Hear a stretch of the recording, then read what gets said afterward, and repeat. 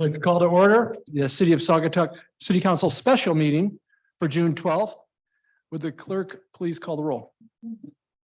Baldwin, Baldwin's excused. Muncy, Here. Leo, Here. Dean, Here. Stanton, Here. Gardner, Here. Lewis. Here. McCorm.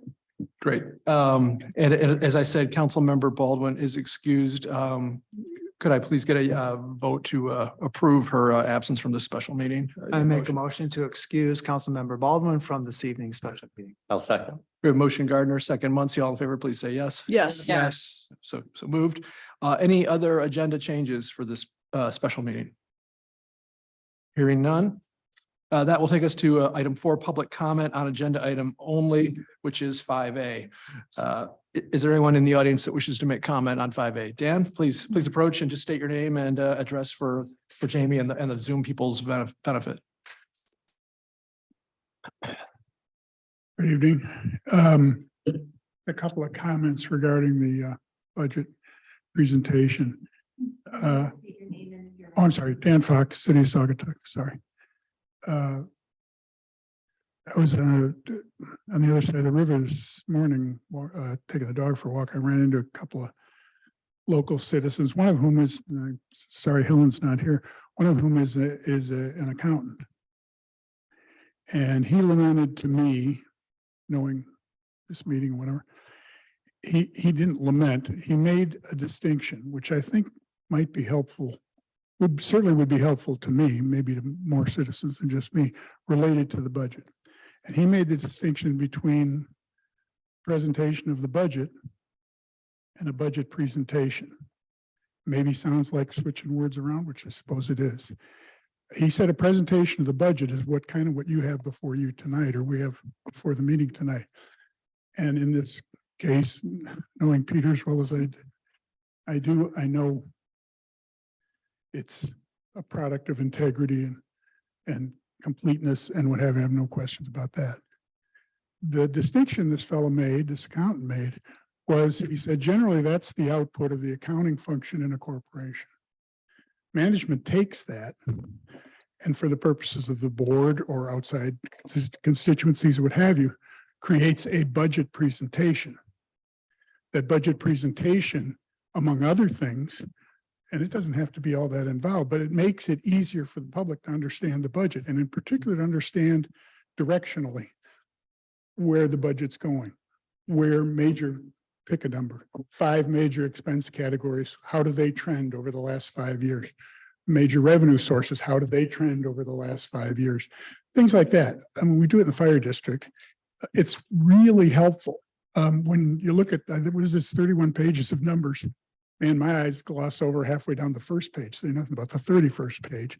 But we all know there's important information in there. And I think it's incumbent, I would hope it's incumbent to try and make that information as understandable and relatable to the largest number of constituents. I mean, as you know, I've spoken about it before. I'd like to see, I mean, I know it's a big number, the trend on the legal expenses without making a case one way or the other. I'd like to know, and it's very difficult. I would challenge anybody to do it in the next 5 minutes. Go through the 31 pages and tell me what that trend is, what those numbers are. So anyway, I pass it along as a suggestion, nothing more. Thank you. Thank you, Dan. Thanks, Dan. Anyone else in the audience wishing to offer public comment? Don't see anyone in the room. Anyone on the Zoom call who wishes to make public comment? Jamie, do you see any hands raised or no? All right, with that, we will close public comment and get right to new business item 5A, which is our budget presentation and discussion. Brian, do you want to tee it up for Peter? I sure do, yeah. Okay. Mr. Mayor, thank you. We do have a brief budget presentation and we have Peter Stanislawski to help us walk through this budget presentation, and let's just kick it off. Next slide, please. All right, so just process to date, and then I'll hand this off to Peter. A couple of months ago, we had our staff discussions on the inputs into our budget. What do you need and when do you need it? And so we had that meeting, multiple meetings on the budget with staff.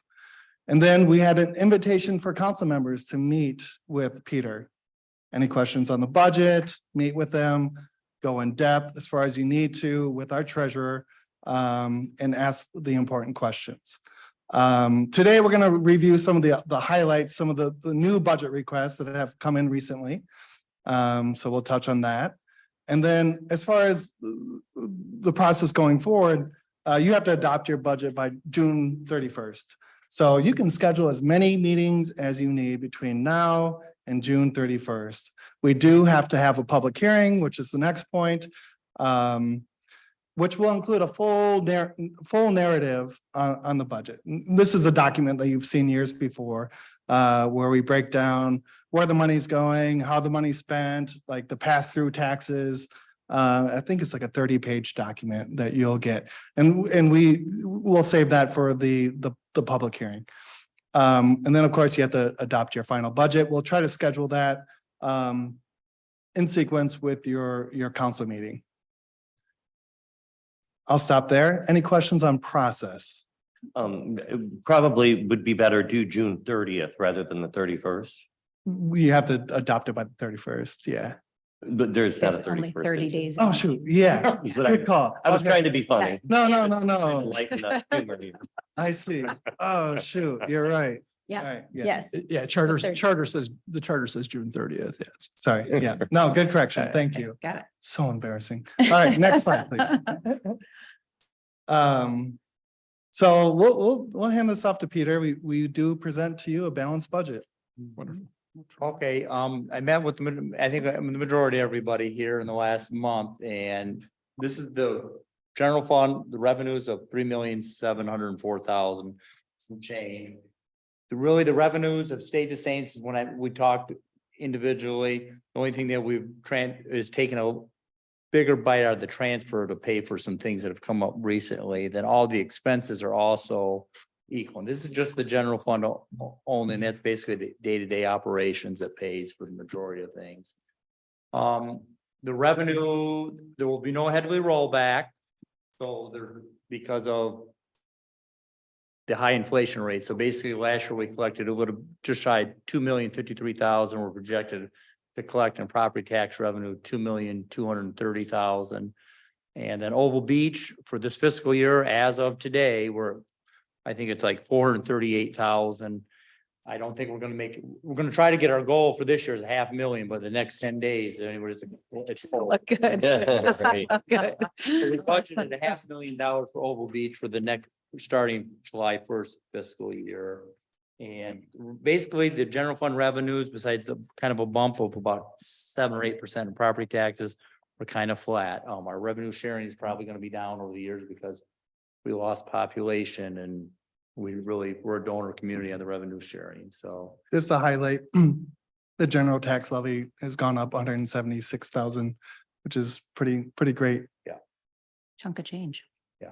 it's the highest I've ever seen it in 16 years. So the things that have been added as expense to the budget since when I talked to everybody individually, was you've seen the presentation from Allegan County on the Woolly Algid.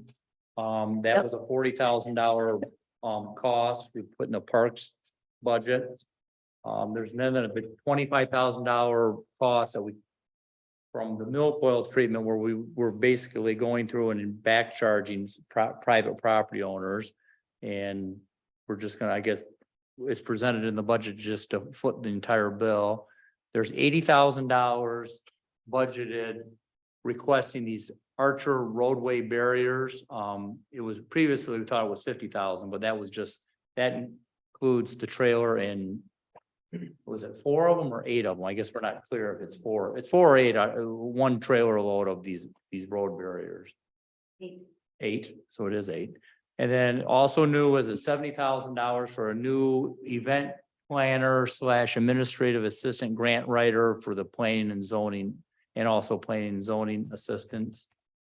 And then we increased the fireworks portion from 5 to add another 5. And then roughly about a 10% increase in employee compensation. That's roughly about $65,000. That's for all the full-time employees. And then we went through all the legal costs, and currently through the month of May, we're just over $600,000. So we kind of split it. I think that's going to decrease, but we budgeted $500,000 for legal costs for this current year. And let's pause there, because those are the highlights, so let's take some questions if there are any. So when you're talking about some of the highlights, like $5,000 for fireworks, you're saying in addition to what we had originally planned? I see what you're saying. Okay. Just to clarify. Okay. And we didn't have any success in getting anybody in the tri-community area to partner with us on the road barriers. No. All right. And you reviewed all this. You reviewed all this with us when we met with you. Right, yeah. We originally had it for 50,000, and then we went back and it was 80 for the road barrier. Mr. Mayor, I do want to ask about the administrative assistant. I really think the city needs to be very careful about adding additional employees at this time, as been mentioned by the treasurer. The city's revenue tax base is going to begin to contract with lower population, aging population. I just don't think we can count on the state to continue to fund projects as we need to. I think it's important for us to protect our money. I think it's important to make sure that the money is going to infrastructure.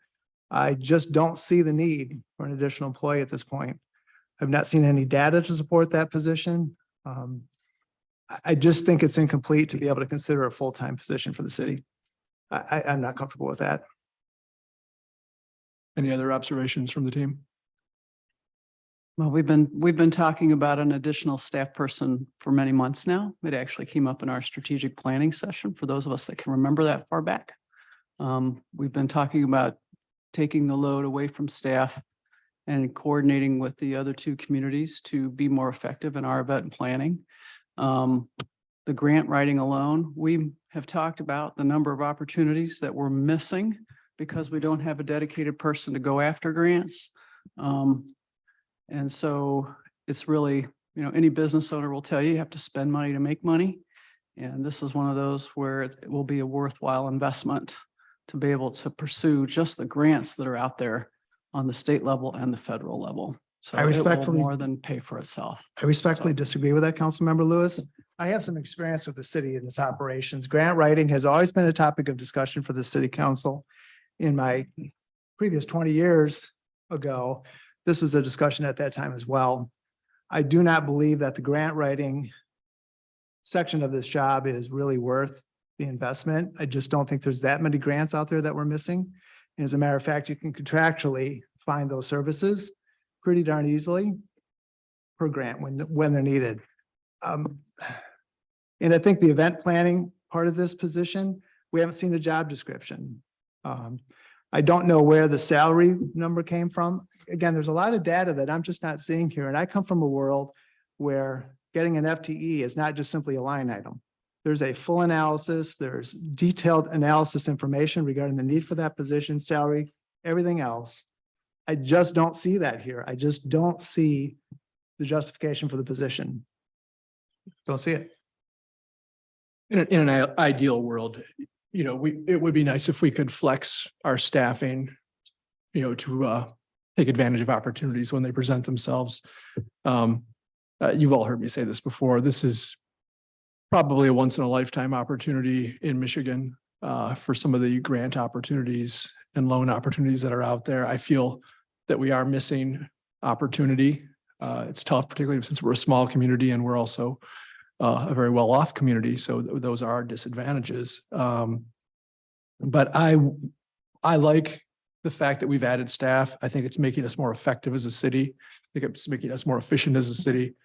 I don't feel that we're bloated. When I talk to people like Frank Walsh, who looks at cities all over the state, the one thing he's told me time and time again is how lean Saugatuck's City Hall is. I've heard that many times from him, and I respect Mr. Walsh, given that he interfaces with communities all over the state. So, yeah, if we could do it on a contractual basis and do it on a consultant basis, I think we are doing a good job on leveraging consultants where we can, but I'm in favor of it, but I'm open to listen to other thoughts. Yeah, just, sitting in on the short-term rental task force meetings and the amount that's on Ryan Cummins' plate with, the amount of short-term rentals that are coming in and everything he has to do with those. The planning and zoning assistance is where I feel like there's a real need. And whether something comes out of the short-term rental task force in way of fees or things that might help with some of that. I don't know, I'm not in Russ's corner where I have like background in budgets and that sort of thing, but I feel like there's an opportunity to have a yearly fee instead of every 3-year fee. And maybe some of those dollars would be able to go towards, planning and zoning assistance. So I was just hoping we would see that.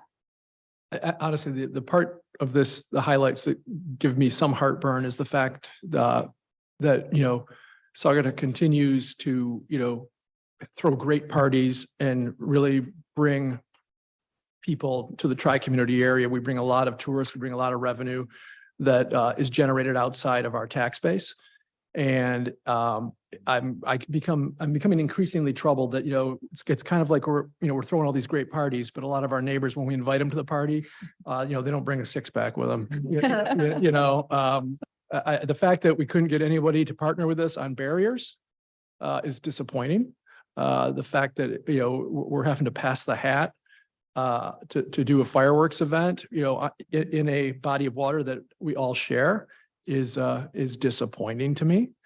And, once again, and we're doing things like making sure that the lake is navigable, by treating milfoil. And once again, I feel like we are sort of, carrying the good times, letting the good times roll on our taxpayers' back. And I would really, urge us to start looking at levers that we can pull to recoup some of those costs. So it's not just on our taxpayers' back to do this stuff, because I know they enjoy it and they value it too, and they benefit from it, but other communities do as well, which it feels unfair to me.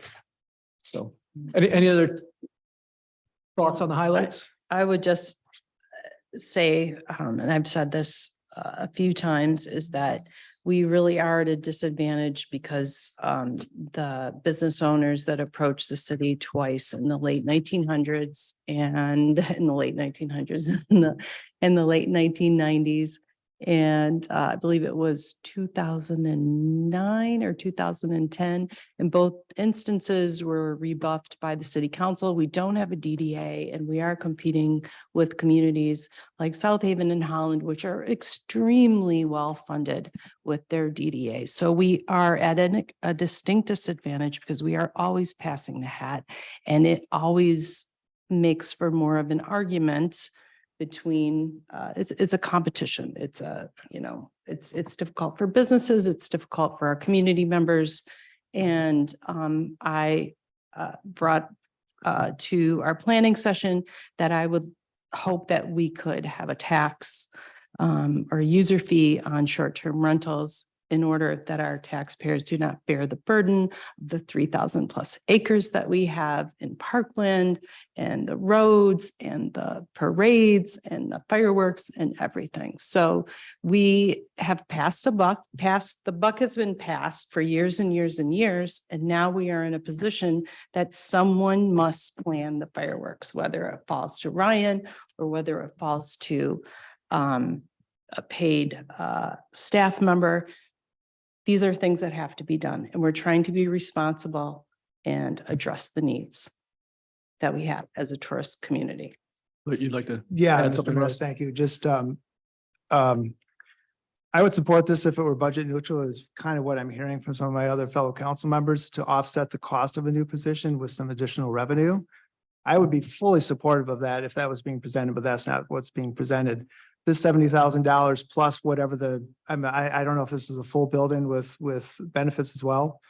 Is there a 30% build-in for benefits? Yes. This comes right out of anything else that's important to the city from a priority standpoint, from infrastructure and so forth. Not a criticism against a person, that's just the reality of it. That money's not going to be available for other important projects. The other thing too is that what I don't see here is what I feel is a more important need for the city is coding enforcement and zoning enforcement. I have to, I think it's very fair to ask, very fair to ask, what exactly is the, what is expected from this position, and it's really not quite clear. You can say, oh, write a couple grants and planning. We have talked about it a couple times. So it hasn't been an ongoing conversation about having an event planner. I know it's come up just a few times, administrative assistant, grant writing. I've been talking a lot about grant writing and I, of course, support that. But when we see that we've, since added an employee, we do have an assistant down there that we didn't have a year ago, Sarah, which does a wonderful job. And we see that we have a 10% employee increase across the board. We see that right there. And so that's another 70,000. So, I wonder, can some of this maybe like the grant writing, can that be, contracted out? And again, I have to agree, if we're spending any money with a new employee, we talked about the STRs. I think planning or zoning and a code enforcer, I think, is really what's needed in this town. We had one many years ago and it worked out really well. We haven't had one for a while. So I think that should be, what we're thinking about. So it is worth talking about and thinking about, and it's very fair to ask, with all of the increases we're seeing in the money that we're spending over the board and the legal fees that are up and coming, another $70,000 plus benefits could really go towards something that could really be needed. I feel that. Anything else from the council on this? Mr. Mayor, Yeah, go a ahead. couple comments. Yeah, go ahead. So the $70,000 is what I would call a placeholder.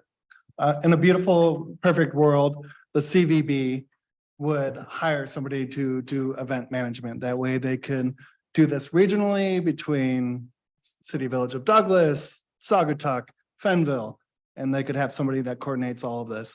I don't know that they're going to be able to do that. If so, and so if they're not able to do that, then, as a perfect example, 4th of July event, who does it? Right. Me. And you talked about critical infrastructure, Mr. Gardner.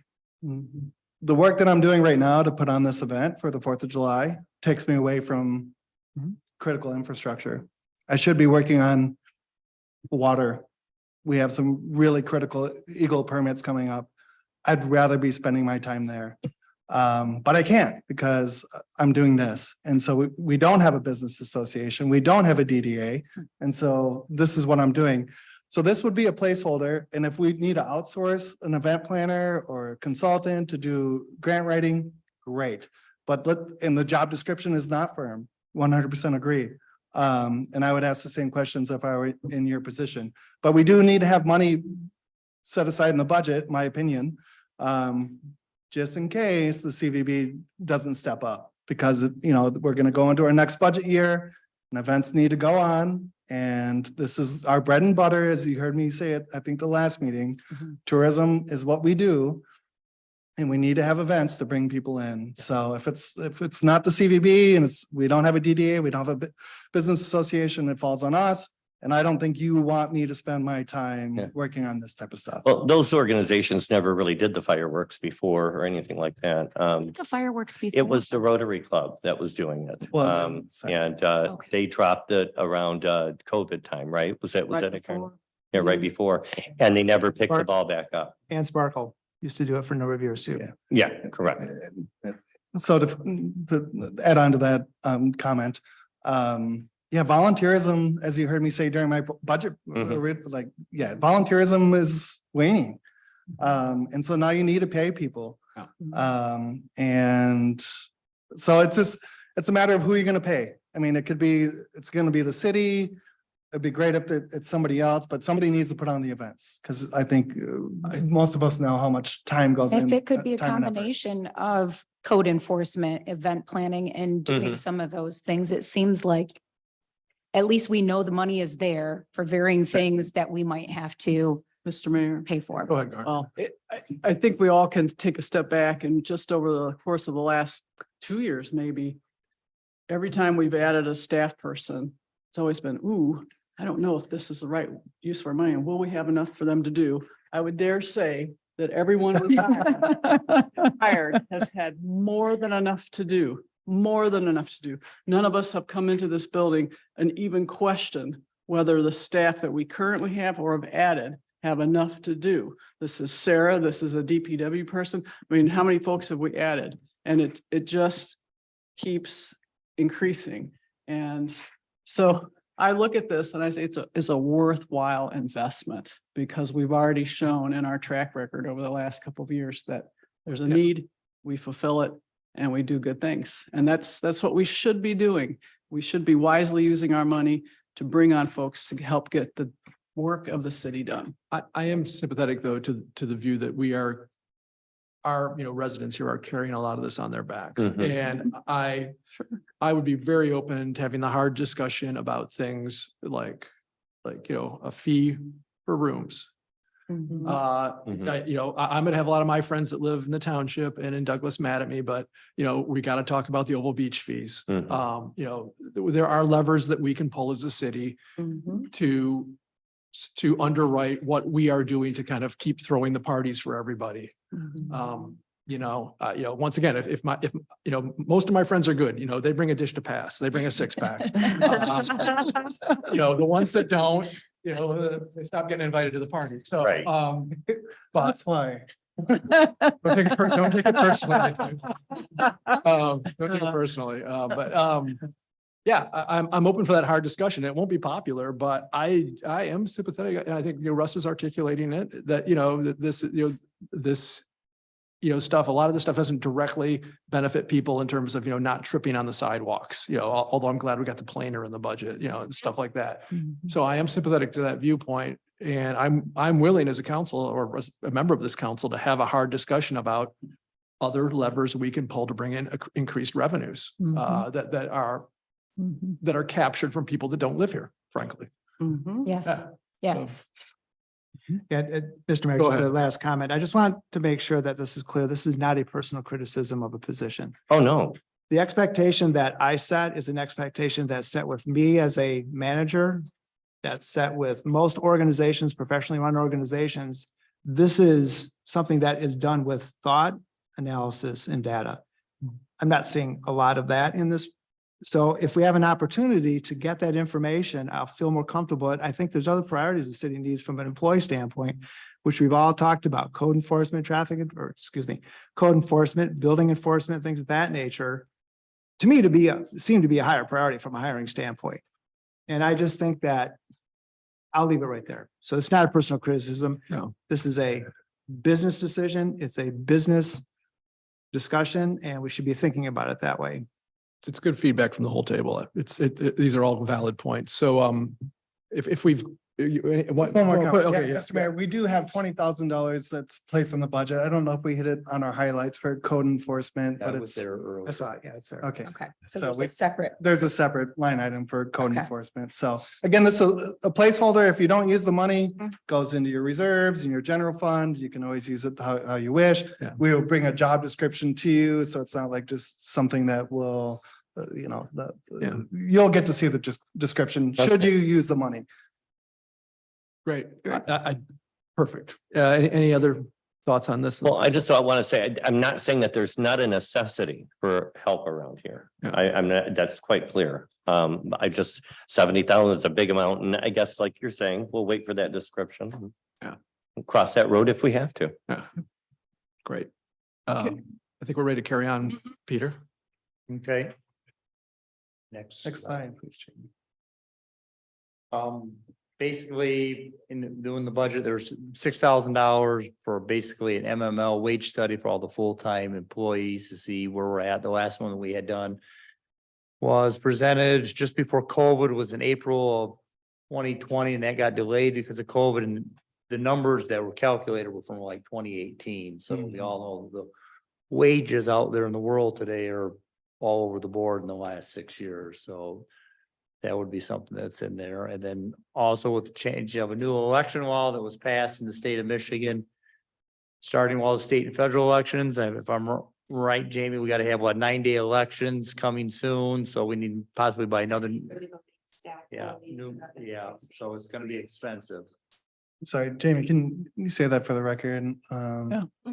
Yeah, so it's early, 9 days early voting. fully staffed as a precinct, with 3 election inspectors working all day, no hours.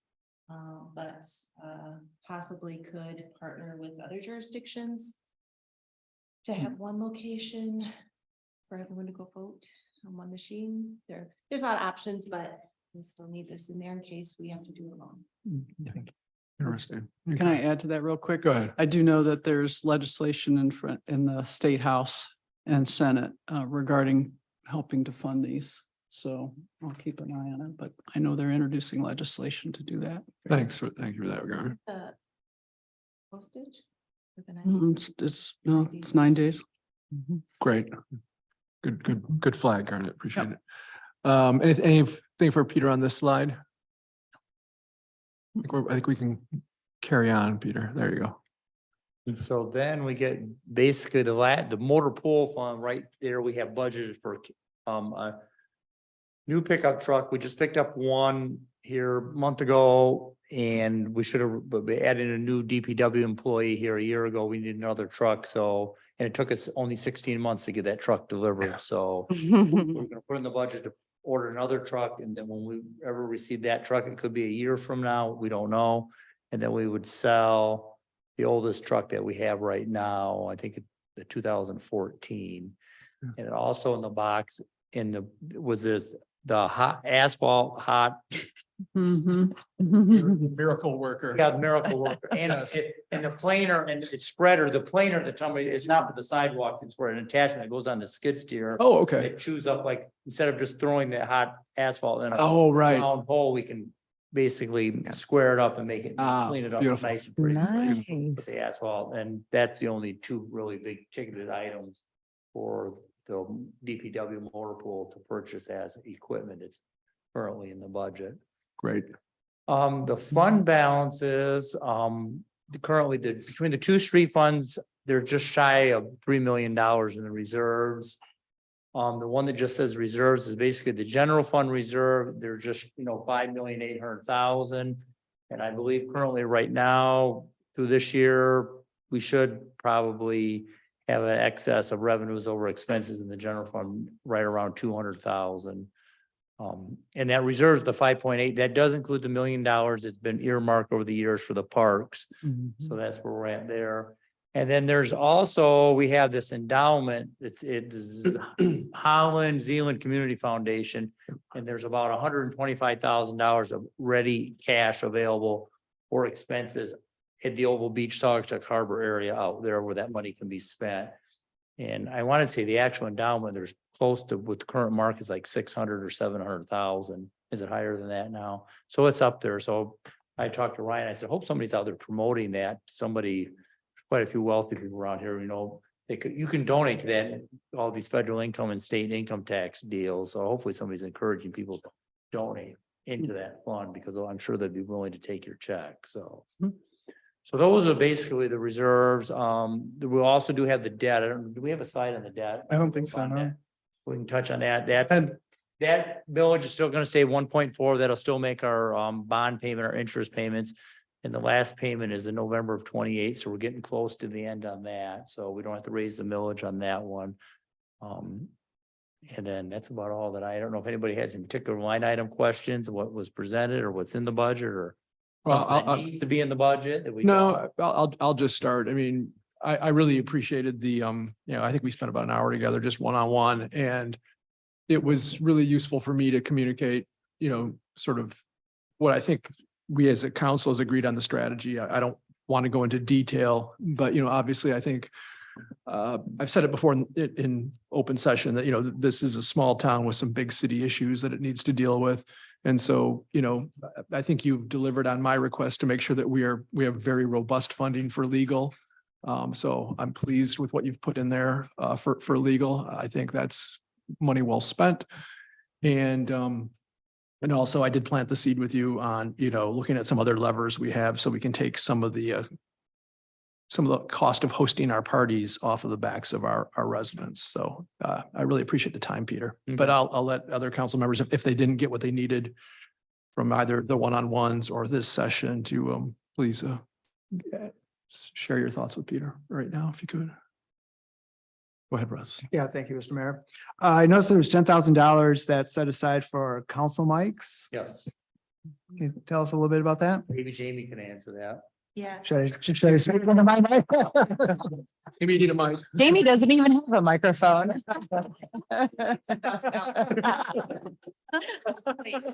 Like one of the kinds that Beyonce has with like the crystals on it and stuff and the diamonds. Okay, yeah. All right.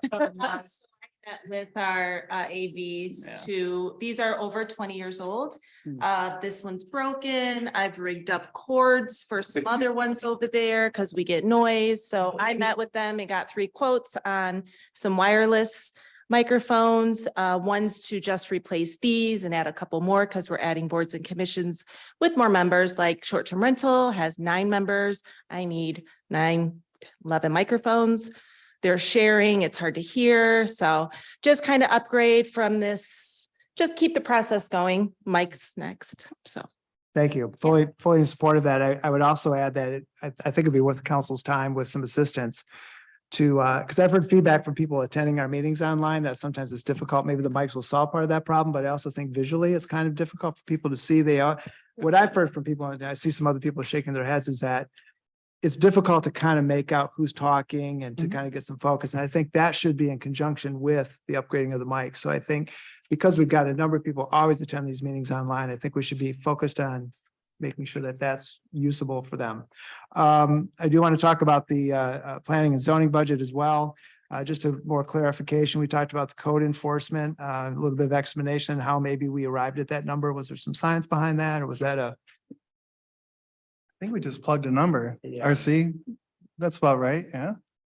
We plugged a number. Go ahead, I think Ryan. that's Ryan. good. Yeah, you can, yeah. Yeah, just more, I'm just trying to understand the thought behind it. Right. So Thank you. recognizing that that's been heard by from council a number of times that code enforcement, particularly more proactive code enforcement. It's not that we're not enforcing our ordinances, we're receiving complaints, we are following up on those, but the staff availability and time to actually do more proactive enforcement like we believe you're expecting. We're stretched on that. And so we have at least a placeholder number to where we'd probably look at, depending on whether or not we have a new position that has some of those duties, or whether or not maybe we're, contracting out with somebody that does that on a part-time basis, a certain number of hours a week or something along those lines. We at least wanted to start somewhere, and then we'll flesh out those details and certainly bring that back to you for your approvals at a later date.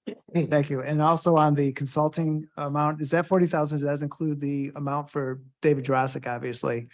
And then in addition to the short-term rental, McKenna?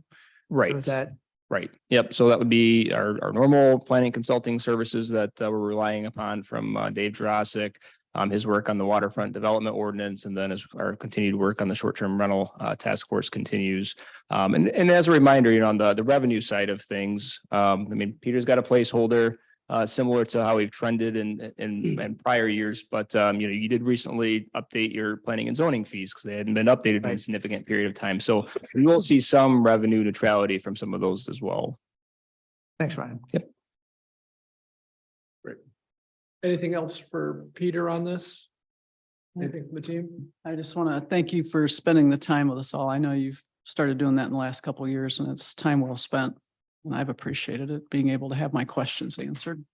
So thank you. Great. Yeah, I agree, Garnet. Yeah. And once again, Peter, you and Ryan and the team have been delivering. Last year was a great performance budget wise. Mhm. I feel comfortable with this. In our regular council meeting, we'll discuss a date for the public hearing, and we have to have this done by the 30th. So I think we can all expect to be voting on this on the 26th at our council meeting. So I think I'm not out of line and kind of putting that marker out.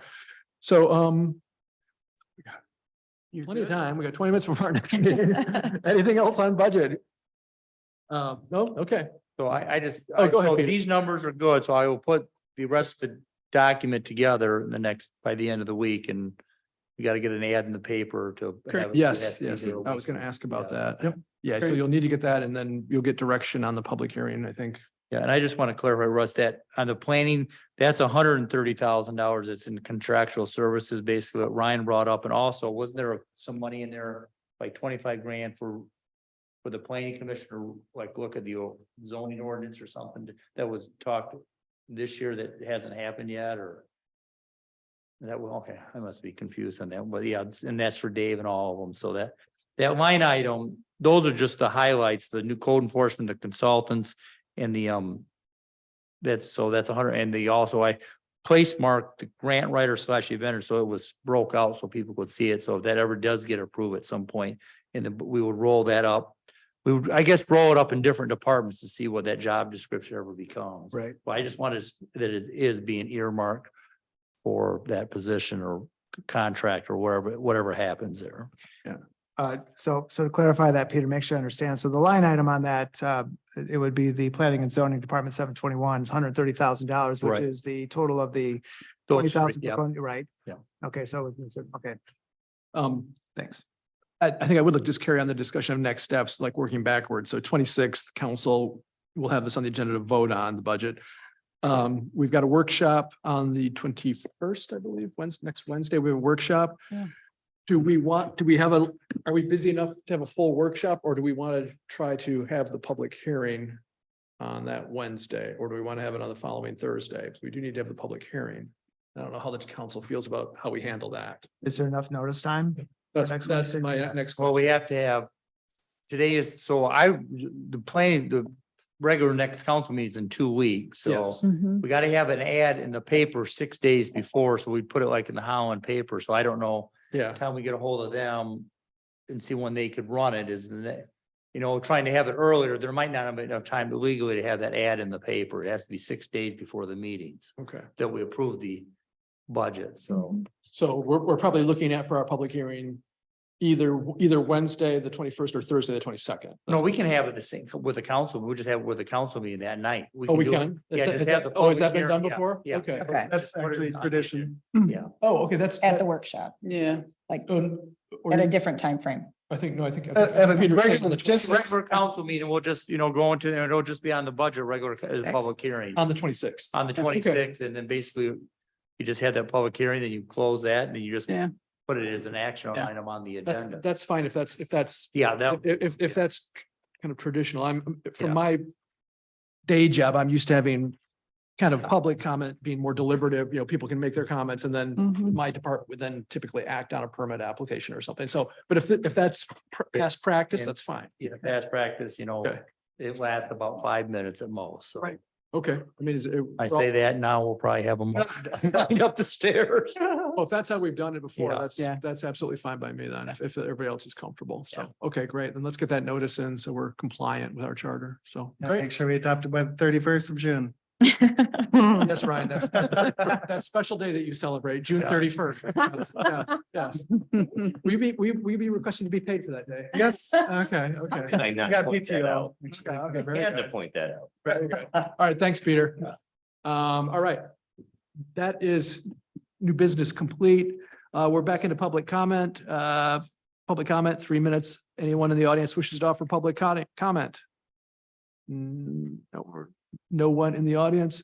Anyone on the Zoom that would like to make public comment? I don't see any hands raised. I see one device unmuted, although I'm not sure who that is. That's fine. That's you, okay. So I don't think we have anybody in the Zoom that wants to make a public comment. Great, that closes public comment. 7, no correspondence. 8, I'll do council comments. Gregory, I'll start with you. Thank you, Peter, for the hard work. We really appreciate you. We're very lucky to have you. And I've known that from knowing you over the years. And thank you for letting us ask questions too. It's worthy of, asking questions that, where's the money going? I appreciate a clear explanation to our voters, and so that I know how to answer our constituents as well when they say, well, how come this budget, like for the milfoil, we saw the big increase there for the DPW because, well, we're spending 200,000 on just one project. So I appreciate the detailed explanations. No comments at this time. Thanks. Laura? None for me as well. Thank you, Mr. Mayor. I do want to thank Peter, it's city staff. This is a group effort. It's not just Peter. He's the lead on this, but it's ultimately the city manager who's responsible for the budget, and I appreciate everybody's effort. I do think that the council and the city has an opportunity here, though, next budget cycle. I would really ask us to step back and think about how we want to actually see the budgets and review the budget. I think we should be talking about budgets by department, even beginning at the beginning of the calendar year, begin breaking them down. We're talking about different needs and hearing from the city staff come in and make a presentation. This seems rushed to me. And that's just my personal opinion. It seems like we're just rushing to meet a deadline. I think we have an opportunity to make this more thoughtful. And I'd ask that we put this on a workshop agenda to talk about how the process is going to look for the next coming cycle. What types of meetings we'd like to see. I have some thoughts about how I think it should look, open to discussion with my fellow council members, as well as city staff, because this ultimately falls on them for doing the work. I just think our public deserves more. And I think as a council, I'm looking for more. So. Garnet. No comment. Okay, I'll wrap it up. I've said this before at meetings, and once again, first of all, Peter, great job. Our finances and our budget, frankly, is the envy of probably most communities in West Michigan. And so that's to you and Ryan and the whole team's credit for that. So a big thank you for what you've put together. I found it very comprehensive, and I've got a lot of confidence in the team. But yeah, I think we do live in a world where change is coming at us a lot faster than it used to. I come from a world where, we would sort of look at the budget and how we're delivering on the budget for our shareholders, on a quarterly basis. So I personally, this is somewhat to Russ's earlier point, I would sort of like to be able to track it more on a quarterly basis to see if we do need to make adjustments on a quarter by quarter basis. That would give me a lot more confidence, because I do feel that things are kind of coming at us, once again, small town with big city problems. Things are coming at us fast and furious. Things are changing quickly. So personally, and maybe this is something either we workshop or we talk at our next strategy session about, maybe planning ahead for like a workshop every quarter that sort of focuses on how we are delivering. We could get Peter in front of us for the workshop and really look at, this is tracking well, this is not tracking well. Here's an opportunity, that kind of thing. So I think that's kind of responsive to Councilman Gardner's comment about a little bit more active management of the budget. And I'm open for that discussion, but that should not take away from, what I think is a very professional process. Once again, I think it's the envy of a lot of communities in West Michigan in terms of how transparent we are about this and how hard we work to communicate and to really be thoughtful about how we spend taxpayers' money. So with that, I'll entertain a motion to adjourn. So moved. Motion to adjourn a special meeting. Second. Motion Lewis, second Stanton. This is a voice vote. All in favor, please say yes. Yes. Yes. Meeting adjourned.